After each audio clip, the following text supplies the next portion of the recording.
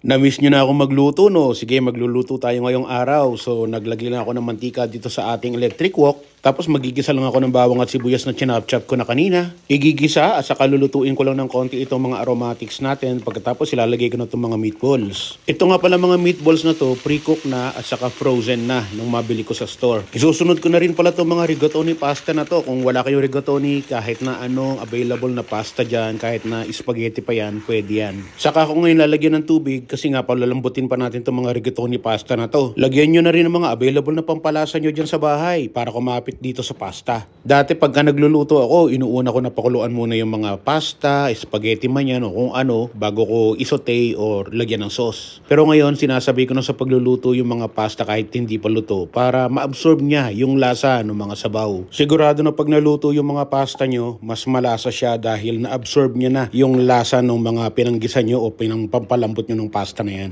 Nilagyan ko na nga rin pala yan ng pepper kanina, tapos chili garlic sauce, nabibili yun sa mga store kahit saan yan. Saka ako nilagyan ng button mushroom, medyo luma na nga itong mga mushroom natin na stock na dito sa rep pero pwede pa rin to. Naghanap ako ng mga cream na pwede kong gamitin, whipping cream o kahit na ano, wala dito sa bahay. So ang ginamit ko na lang tong available na evaporated milk. Diskarte na lang talaga para sa lulutuin natin ngayon, tapos nilagyan ko ng konting asin. Ayos na ang ating pagkain para sa araw na to. Ito yung aming lunch ni Angelo, wala nang iba. Tama-tama to ngayong day off namin pareho. Pero si Angelo natutulog pa. Hinahayaan ko lang siya matulog kasi nga day off niya isang araw lang this week. Meron nga rin pala ako nakastock na cheese dito sa ref. So gamitin na rin natin to. Maya-maya pa, nung nag-melt na yung mga cheese, nilagyan lang natin ng dry parsley at saka ng konting green onions on top. Ayan na yun mga kaberks. Luto na yung ating pasta for today. Meatballs at saka pasta lang mga kaberks. Talo-talo na, di ba? Madali lang tong gawin. Madali lang tong lutuin. Walang kaarte-arte at walang maraming ingredients pa. Shoutout nga pala kay Arnold De Vera ng Bulacan, kay Jake Cyrus, kay Jaico Reyes, hello din kay Aljon Arcaina at saka kay Rosel Arcaina ng Toronto. Magandang araw po sa inyo. Simpleng luto, simpleng ulam, okay na, panalo na, masarap. At kahit papaano, may lutong pagmamahal. Yan ang pinaka-importante sa lahat.